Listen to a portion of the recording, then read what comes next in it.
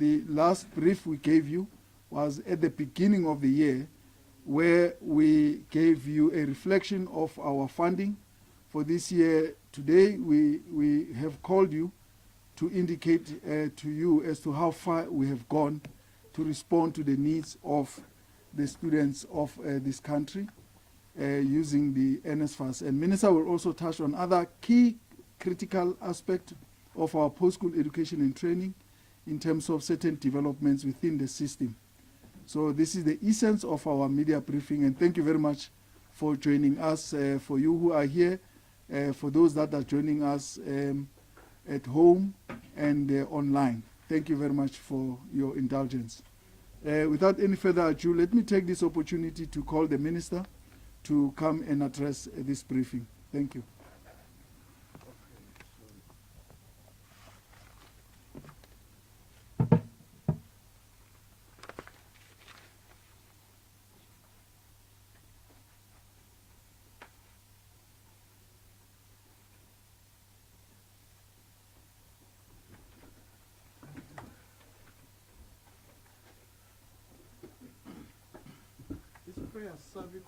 I wasn't in the country when the masks were lifted, so I just saw everyone not wearing a mask. And first, I wasn't sure what was happening. Minister of Health said we must still be cautious, isn't it? Yes, yeah.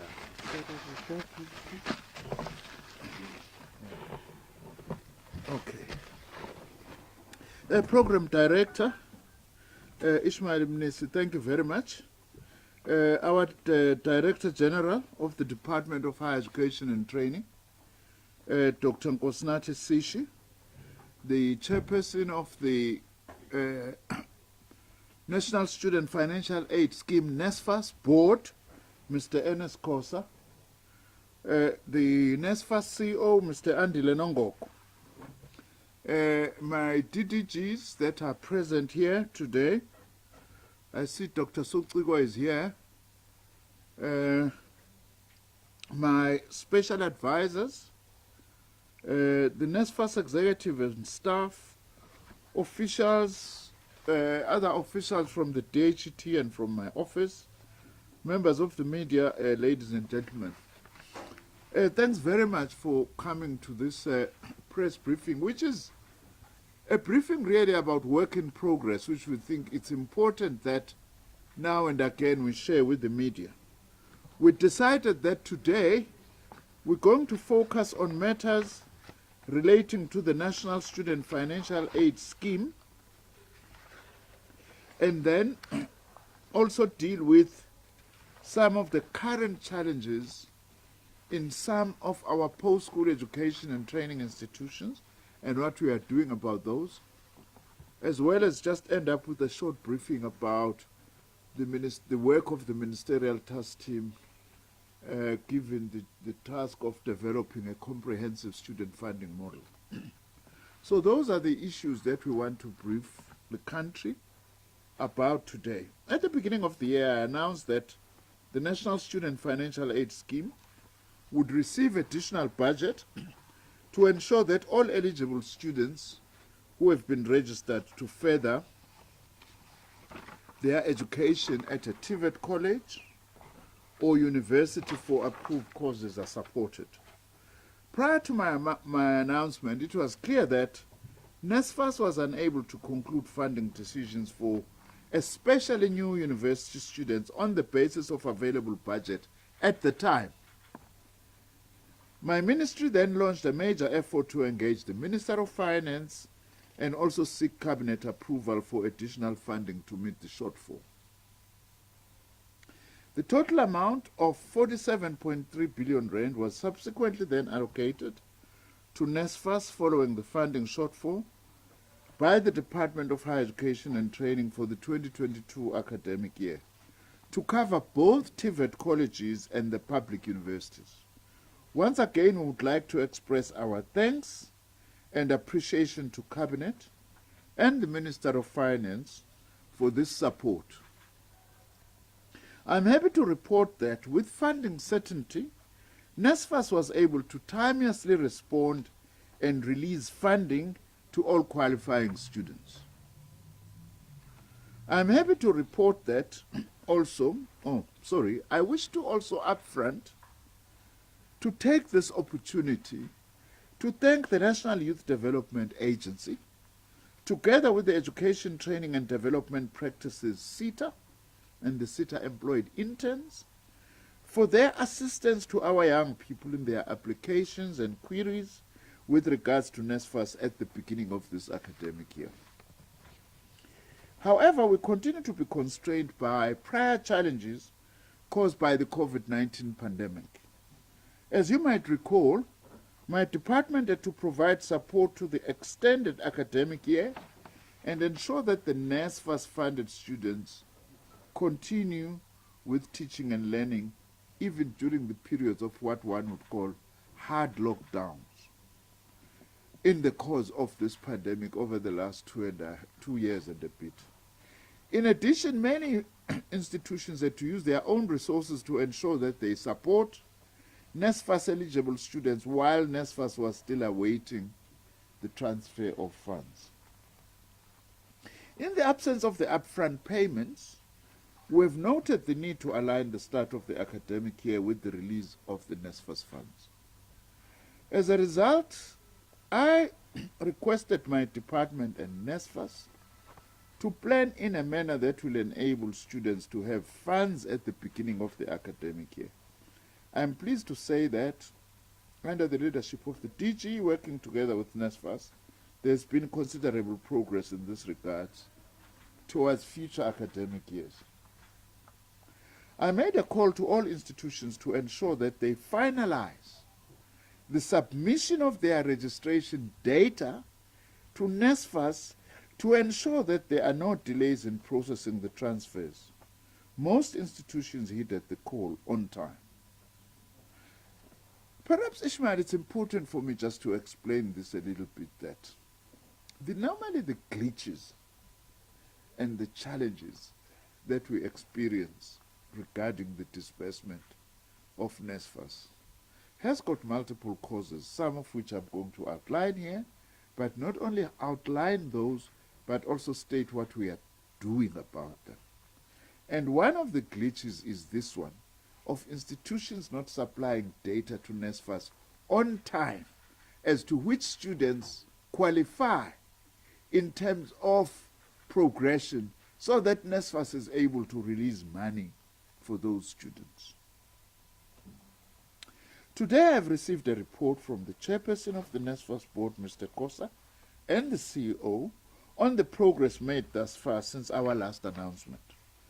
The report received indicates significant progress made by NSFAS in administering bursaries for students in the 2022 academic year.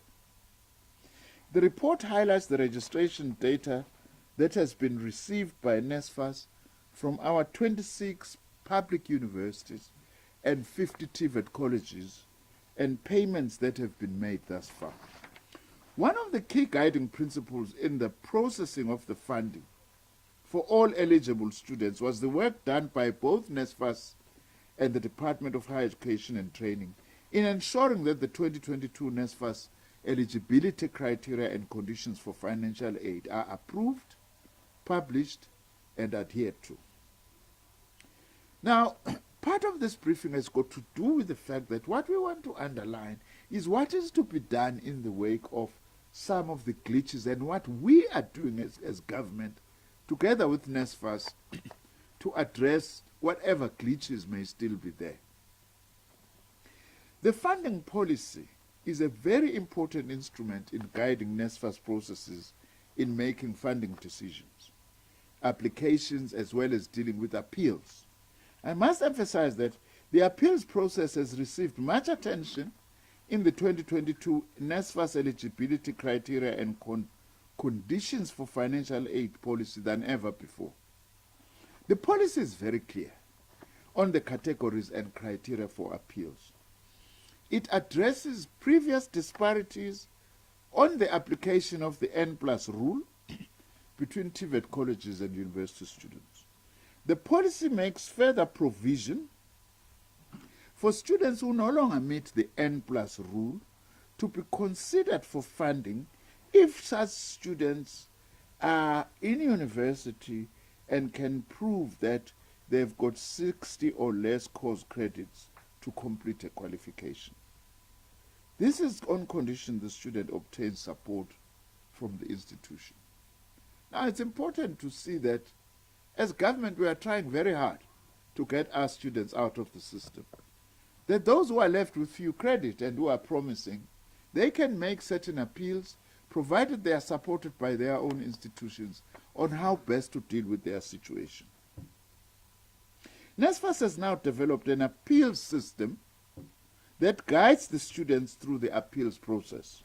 While it took a while for the system to be optimal, I'm happy with the quality of appeals decisions made through this process. For the 2022 appeal cycle, NSFAS has received at least 40,000 appeal applications. NSFAS reviewed and processed 28,000 of those and communicated the outcomes. 12,000 appeals could not be processed by NSFAS because no supporting documentation was attached and submitted as required. This means that in such cases, NSFAS is unable to process and conclude these applications as they are not compliant with the minimum requirement.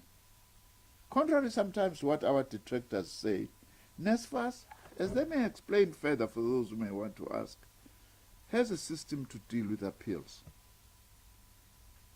and have actually also improved the turnaround time for the appeals processes. As of 30th May 2022, at least a total of 7.2 billion rand had been paid to universities to cover all allowances, including books, transport, accommodation, and living allowance for 498,942 students studying at universities.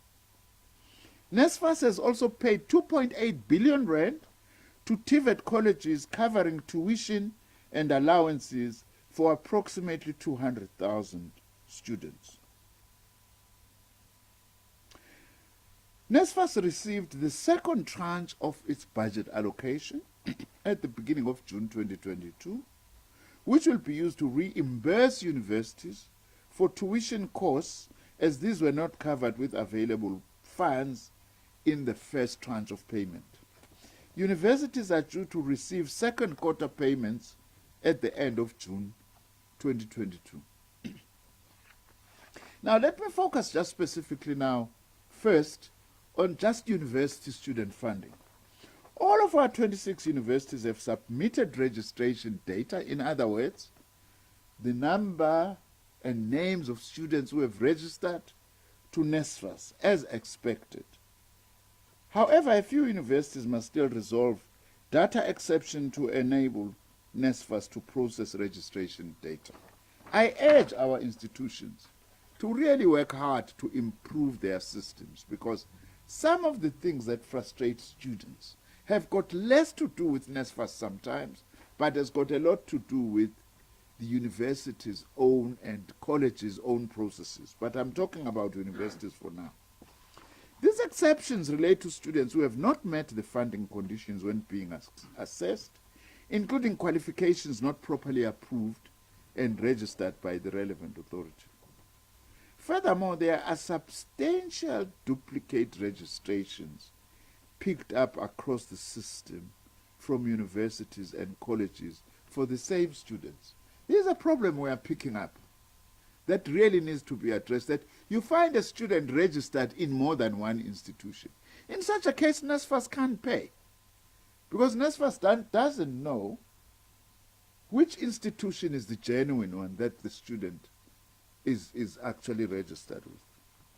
Students must be advised on the importance of maintaining one institution where they are registered, and to cancel whatever registration they might have made in other institutions. The total value of registration student data or information received and therefore funded is 33.6 6.5 billion rand. And this marks a total commitment of 87% of funds allocated to NSFAS that needs to be distributed. There's lots of progress. NSFAS has confirmed funding for 691,432 students for the current academic year, with 462,983 being female and 227,072 being male students. Now, this is a game changer by NSFAS, and a game changer in terms of hugely increased participation of women in our university system. There has been a new intake of 240,790 SASSA grants students in 2022 academic year alone. This excludes funding from continuing SASSA students or former SASSA students who are in the system. And we will continue to support 1,770 students with disabilities who received quite a comprehensive set of allowances from the NSFAS fund. Let's remind each other again. We have committed that students with disabilities will qualify for NSFAS if they come from families not only who are earning up to 350,000, but who are earning up to 600,000 rands per annum, because of this government's commitment to assist those of our people and students with disabilities.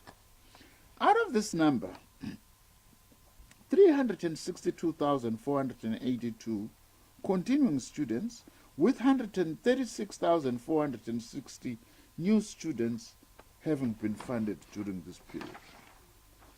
I must indicate that students registering in multiple institutions, as I have said, continue to be a challenge. We have found, for instance, that 2,481 students have registered in more than one institution, and NSFAS has received registration claims from more than a single institution. Now, on our side as the department, we are determined to work with institutions and NSFAS to deal with this. NSFAS also is improving its own system. That's why it is able to pick up on this, so that we do not have a situation where a student can be paid for in more than one institution. So we are picking up these problems. But the challenge is that if this happens, it delays assistance, because we can't pay a student who appears to be registered in 2 or 3 institutions at the same time.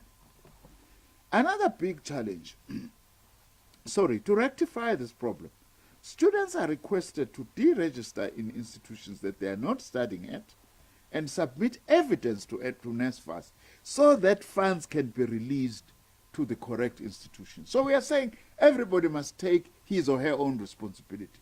Either DHT, where it's got to play its role, NSFAS, where it has got to play its role, institutions where they've got to play their role, as well as students themselves must take responsibility, because it's only by all of us working together that we'll be able to solve this. And not just working together, also each taking your own responsibility. Another big challenge identified is where funding conditions are not met. Students following incorrect academic pathways, registering on non-aligned qualifications, and even new first-time entering students who are registered on qualifications that are being phased out. We are conscious about this, that we don't want to allow funding of qualifications that are actually being phased out or have been phased out. Again, institutions there must help us so that we are not in this situation. All the above requires all institutions and all students to strictly adhere to the approved NSFAS eligibility criteria and conditions for financial aid funding without deviations. NSFAS, I've been assured, will continue to work with institutions to ensure the resolution to the anomalies in the system. On TVET college student funding, Ishmael, ongipha amanzi. Ngicela lawa amangconywana, hayi lawo. I'm sorry. Makade utravela throat iba nama problems.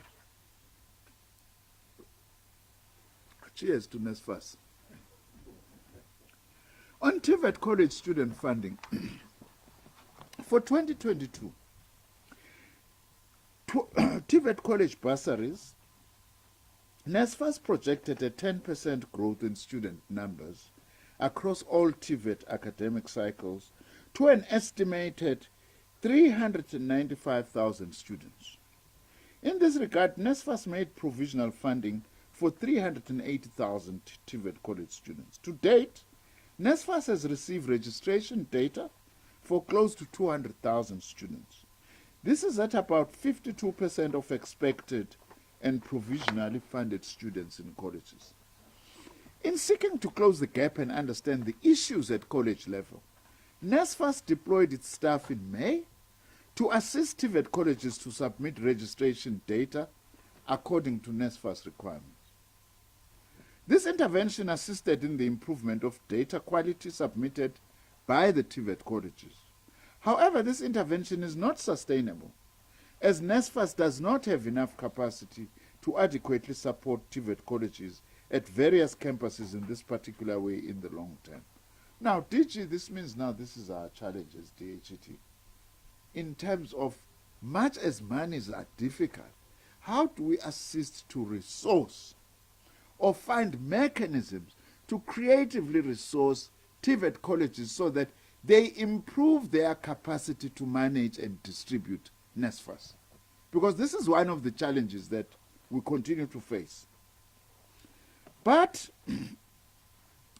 we are not sitting, much as I'm saying this. NSFAS itself has committed to support colleges with a contribution of 500,000 rands per college in the short-term period to appoint financial aid officers. 100 interns have also been funded to capacitate TVET colleges with the help of the insurance SETA and the food bev SETA. I also want to say I expect college principals, and we will measure them on this, to ensure that they work to prioritize improving capacity to handle NSFAS in TVET colleges. The main issue affecting the processing of students in TVET colleges, like universities, is also the problem of multiple registration status and students following incorrect academic pathways. We have to find an explanation for this. Why is this happening? That you find students not only multiple applications, but multiple registration. It doesn't make sense as to how actually does this happen. To rectify this problem, students are required to deregister in institutions that they are not studying, as I have said. As we say, where a student is registered in more than one institution, NSFAS will not be able to pay at all.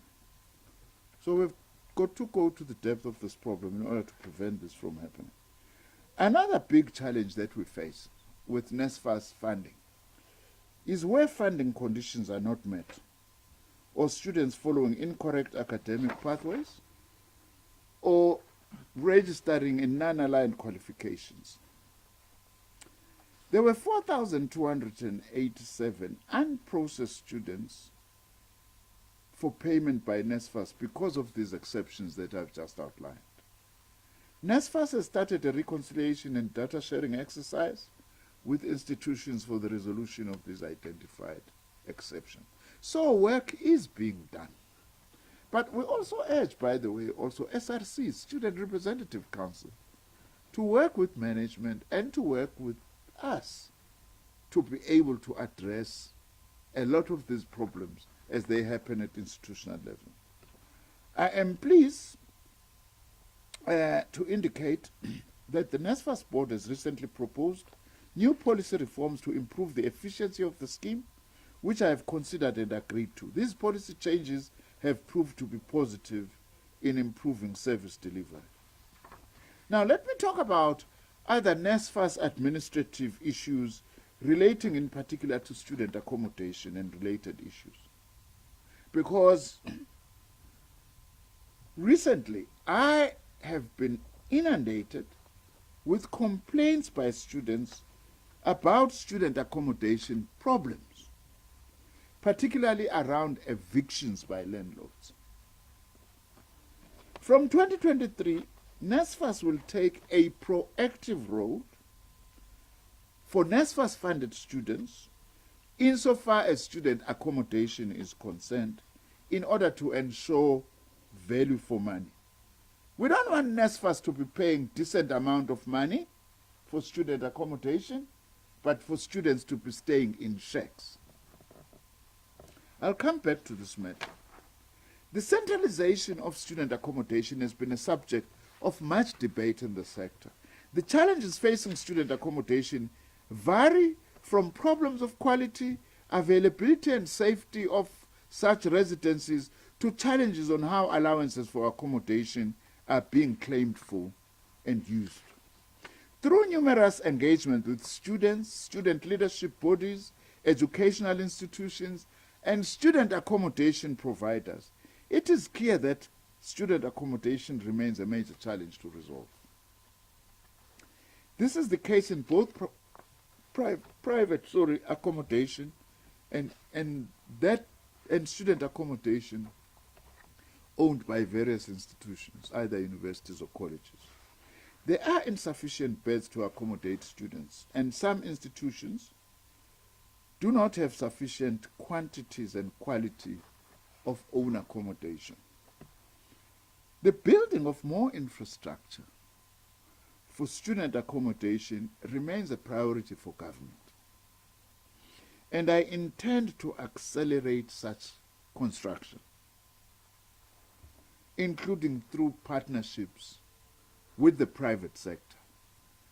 Udaba lokuthi abantwana bethu abafunda emanyuvesi nasemakoliji bahlalaphi yinto leyo engiyibheke ngamehlo okhozi, ngoba ngifuna ukuthi siwuhulumeni silomnyango wethu siqhubeke nokuthi sithole indlela zokufaka imali ekwakheni indawo zokuhlala abafundi bakithi ezihloniphekile neziphephile nefanele abantwana noma abafundi bakithi abafundayo. Ngizoyisukumela lento ngenyawo zombili. Kukhona okunye sizokumemezela kungekudala ukuthi siqonde ukwenzani ukuthi sakhe indawo zabafundi zokuhlala engcono. Further announcement will be made during the course of this year, including pilot programs to test various strategies and plans to significantly increase the number of student beds for both university and TVET college students. I've asked our DG to prioritize this matter. I've also asked NSFAS to prioritize this matter of accelerated provision of student accommodation. There is no uniformity, for instance, in the cost structure of university-owned accommodation, for instance, whilst NSFAS pays for private accommodation based on the highest cost of accommodation for institutions. In the last 2 years, 2020 and 2021, NSFAS spent an average of 11.9 billion rand per annum on student accommodation funding.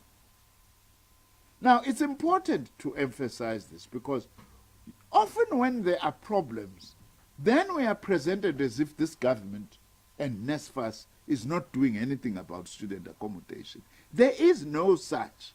11.9 billion rands in 1 year that NSFAS spends on student accommodation. It's a lot of money, which shows government seriousness and commitment. However, there are challenges, which this press briefing today is indicating on how we plan to do that. At least 420,000 students each year are in university and TVET accommodation. Out of this, approximately 43% are in student accommodation owned by institutions, and 57% are in privately owned accommodation.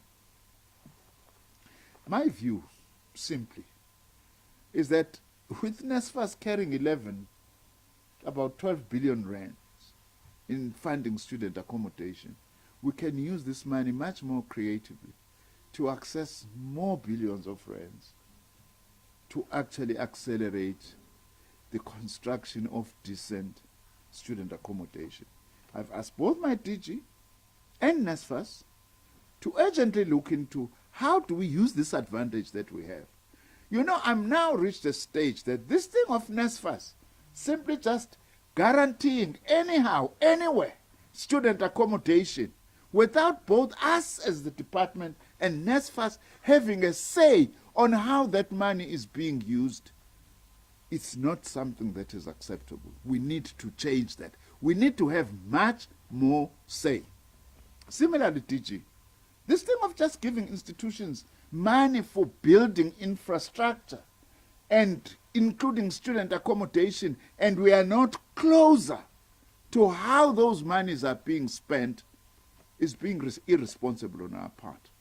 We need to come closer. In fact, we need a system that is controlled and visible from the center, whilst of course taking into account different regional or local conditions. I feel very strongly about this. I think if we can do that, we will be able to address a lot of these problems that we are experiencing. I have, by the way, I'm not complaining, I have asked, as I've said, both NSFAS and the DG to address these matters. For instance, the average university residence accommodation cost per student increased from 33,950 rand per annum in 2020 to 41,714 in the 2022 academic year. For TVET colleges, application of accommodation caps stabilized average accommodation costs to an estimated 24,125 in 2022.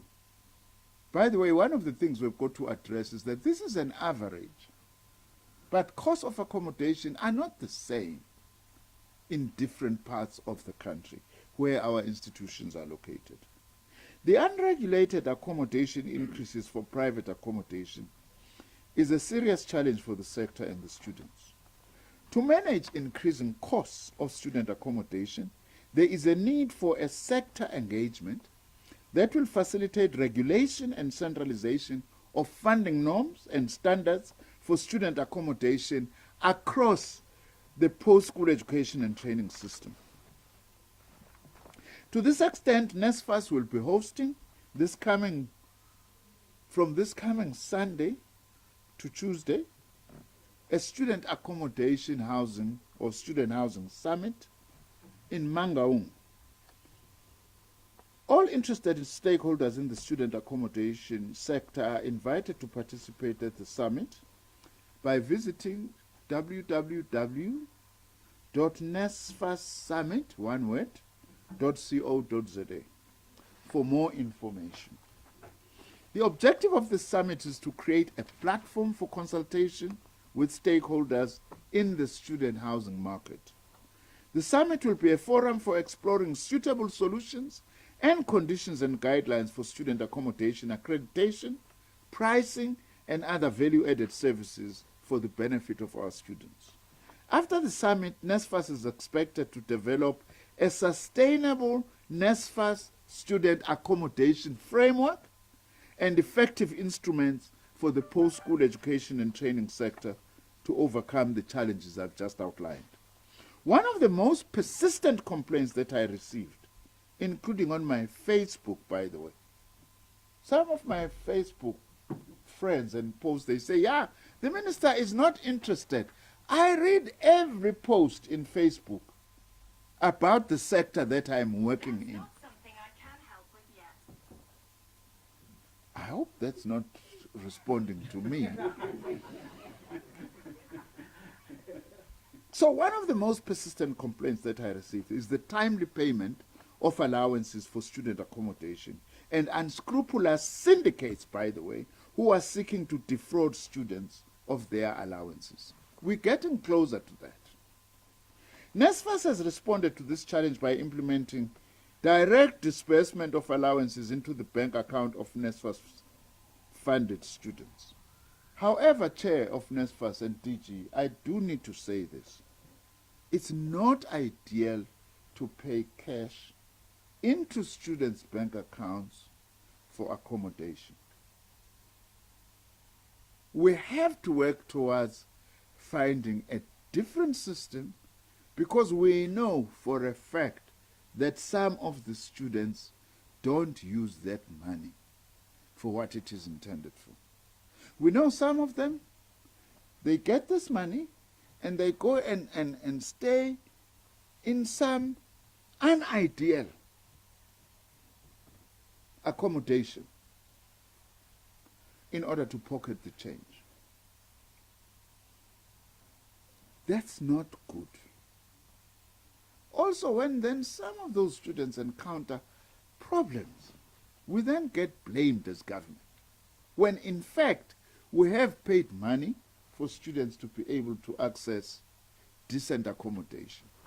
Otherwise, we're going to do what we must not do with NSFAS. I do need to say this.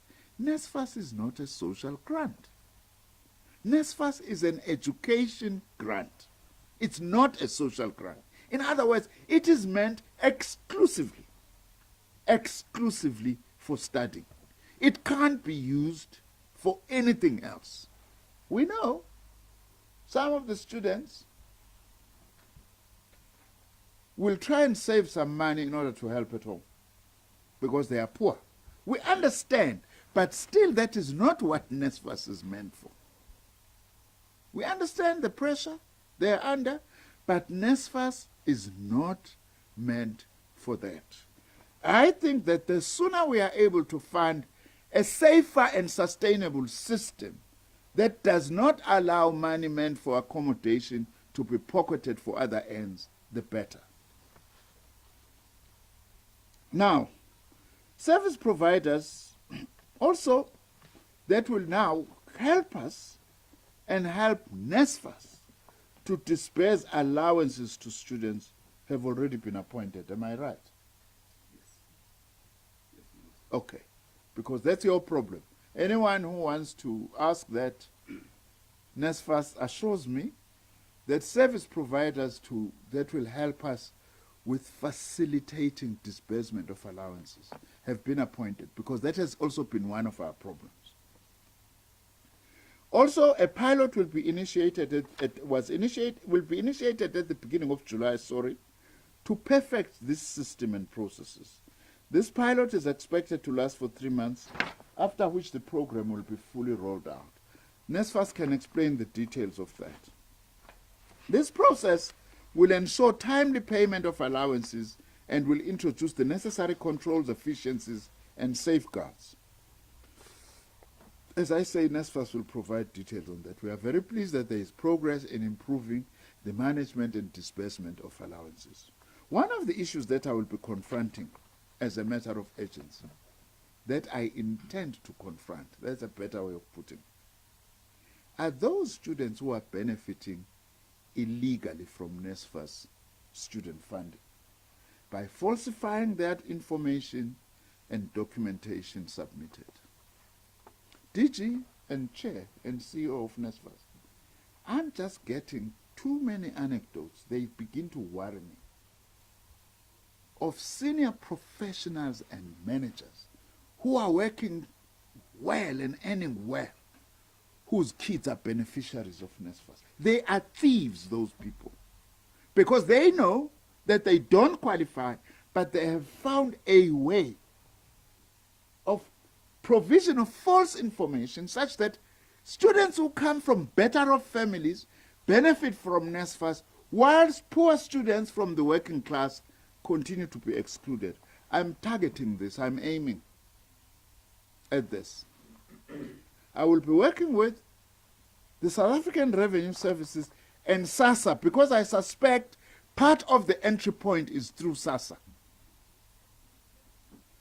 Work with SASSA to verify the data submitted by all students. Should it be established that students falsified their information, or parents for that matter, they will have to pay back that money.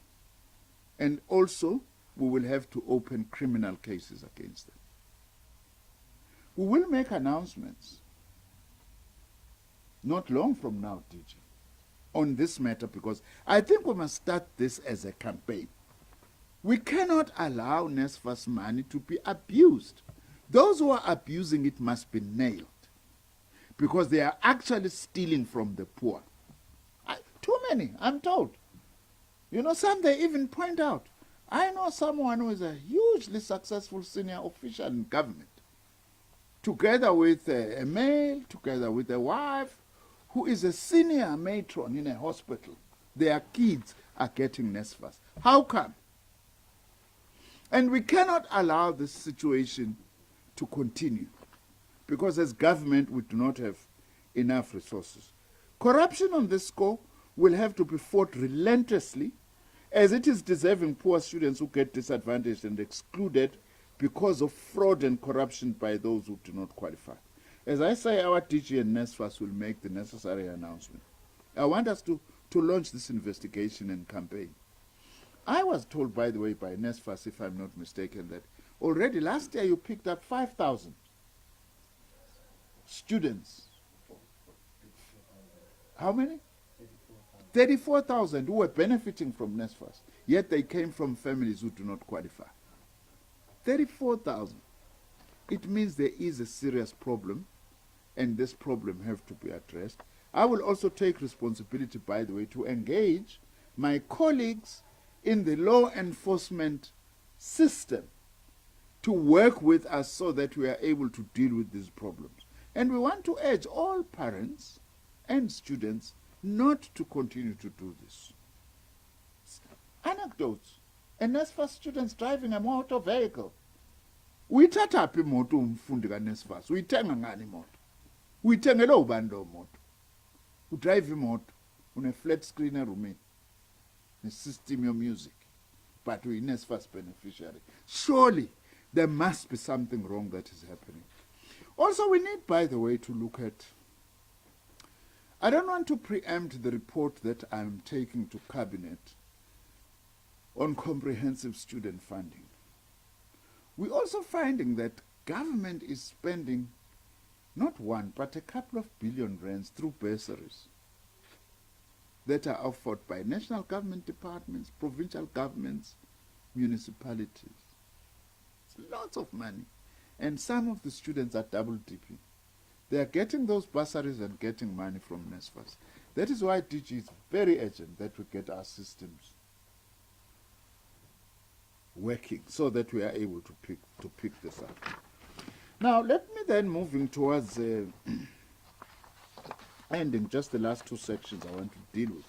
Just on some current developments in some of our institutions. We've dealt now with matters relating to student funding and NSFAS, ongoing problems. And I have said I'm calling all stakeholders that we work together to address whatever glitches and problems we are experiencing, because money for qualifying students has been found and it must be used efficiently. I'm pleased to say that our post-school education and training sector largely remains stable and focused on its core mandate of providing access to quality education. I am, however, concerned about continuing instability in few of our post-school institutions, including the University of South Africa, UNISA, the Central University of Technology, Mangosuthu University of Technology, and the Valley University of Technology, as well as Tshwane University of Technology.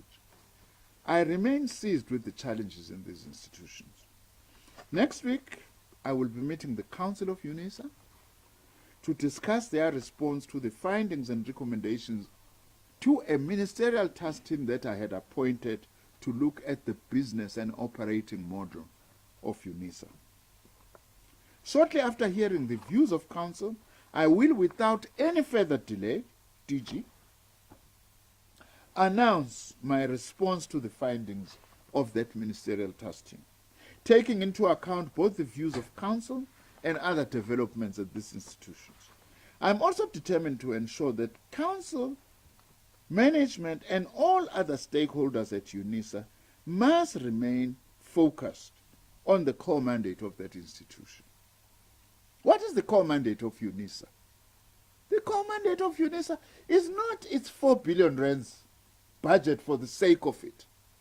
It's teaching and learning. And one of the most urgent tasks of UNISA is actually to improve its throughput and pass rate. Everyone who is at UNISA, from council members to ordinary workers, must ensure that UNISA's mandate is an academic mandate, is not a mandate for tenders. Just like all our institutions, let's not preoccupy ourselves with supply chain issues at the expense of the core mandate. Umsebenzi we-UNISA ukuthi abantu abafunda khona abancane nabadala bafunde baphase. Kuyofundwa lapha akuyi kodliwa isenti ngendlela engacacile. Of course, as minister, I can only act to support those who are committed to that mandate. But the institution itself needs to get its act together to focus on the academic project, which is what I'm prepared to support.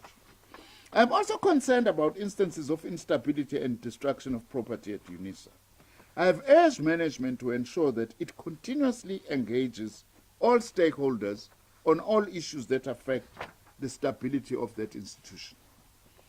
But at the same time, destruction of property and threats to the safety of people in the institution must be strongly condemned, and swift action must be taken to stop this. I urge that swift action be taken by law enforcement agencies against all such destructive activities. I welcome UNISA's, NEHAW's response on this lack. They said that one of their leaders has been recorded making threats, and they said they must be given time to investigate that and deal with it. Thanks, NEHAW, for doing that, but we are not going to wait forever. Don't tell us we are still working weeks after weeks. It's important that, as a credible progressive union, you honor your word to ensure that we do not allow people in the ranks of our union movement or students who threaten people and people's lives. That is not acceptable. I will also be further communicating with the Council of the MUT, the Mangosuthu University of Technology, regarding my proposed actions to address the management issues and problems in that institution. I will make the necessary announcement, DG and Marcia, by no later than the next 14 days regarding the Mangosuthu University of Technology. I am also in the process of engaging the councils of CUT and VUT about actions that are required to stabilize these institutions as a matter of agency. I also wish to urge all stakeholders in our institutions that we need to protect the writing of exams, and that exams must not be used as a bargaining chip, as a bargaining platform. As disruptions of exam threaten the future of our students, whose overwhelming majority want to study and graduate without any undue delays. Similarly, we must desist and strongly condemn disruption of graduation ceremonies.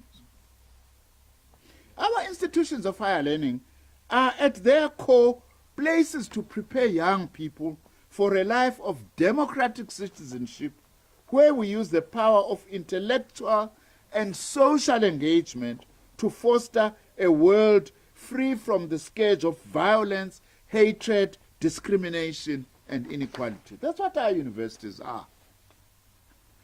For many communities, especially those with relatives studying at university for the first time, in all generations of a family, graduation obtains an almost sacred meaning as it represents the collective achievements and sacrifices of past generations.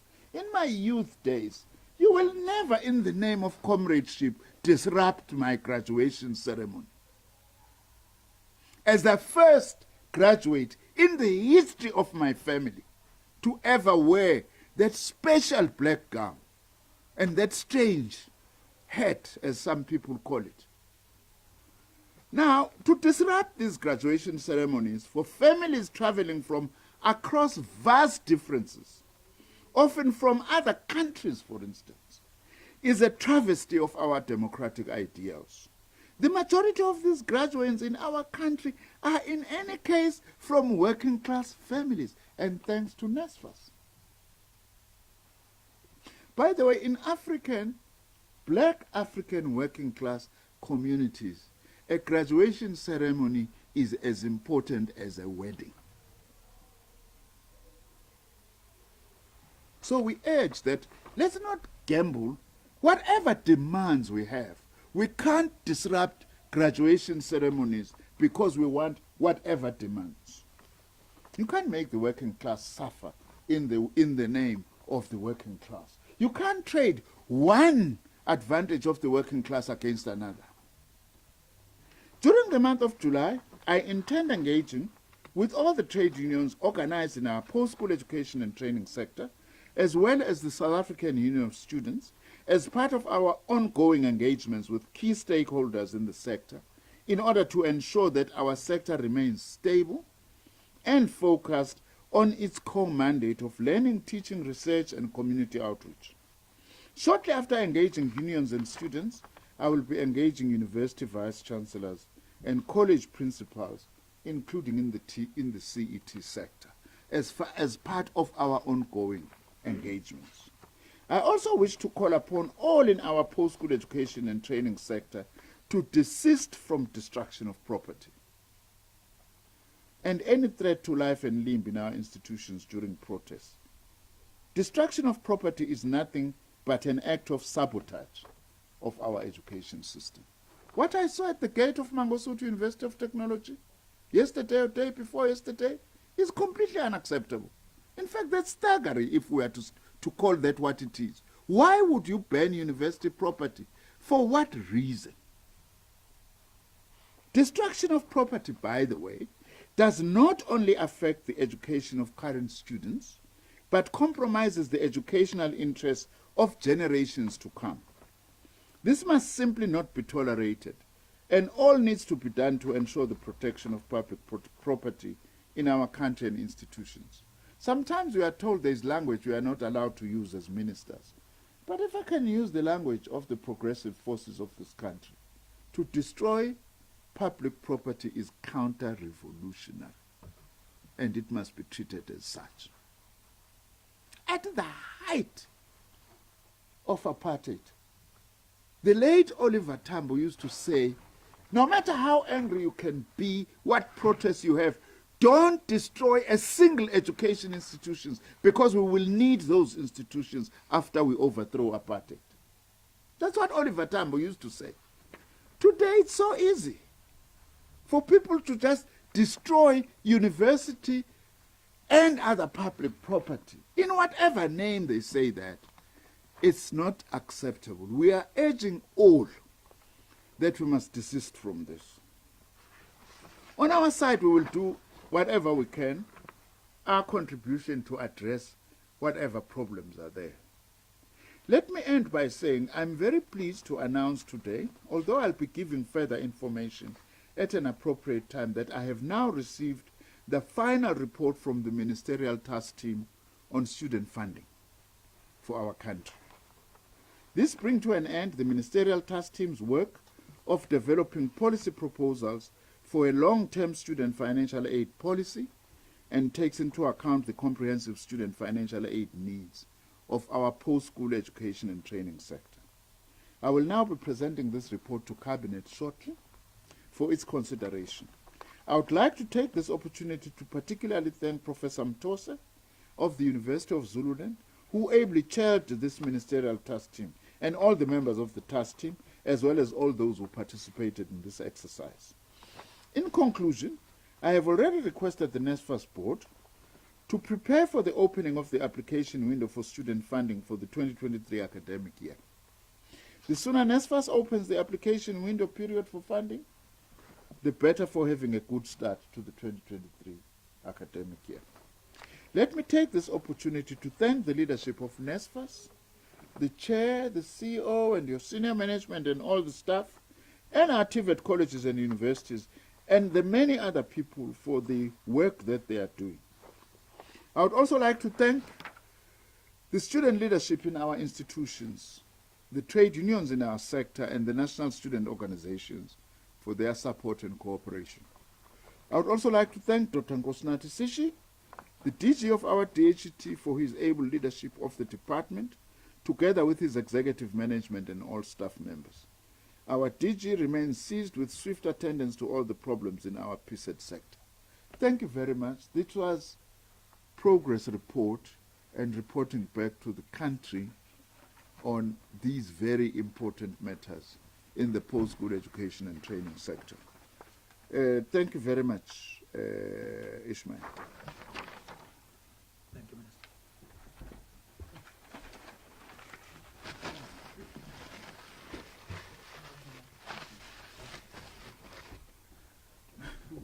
Thank you very much, Minister, for this comprehensive statement, which gives a good report on the post-school education and training sector, the NSFAS work, and what is currently taking place in our institutions.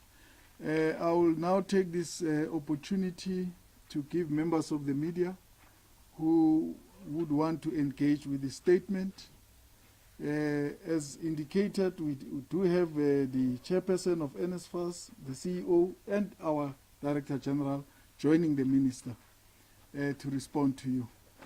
To answer all the difficult questions. Oh, of course, Minister.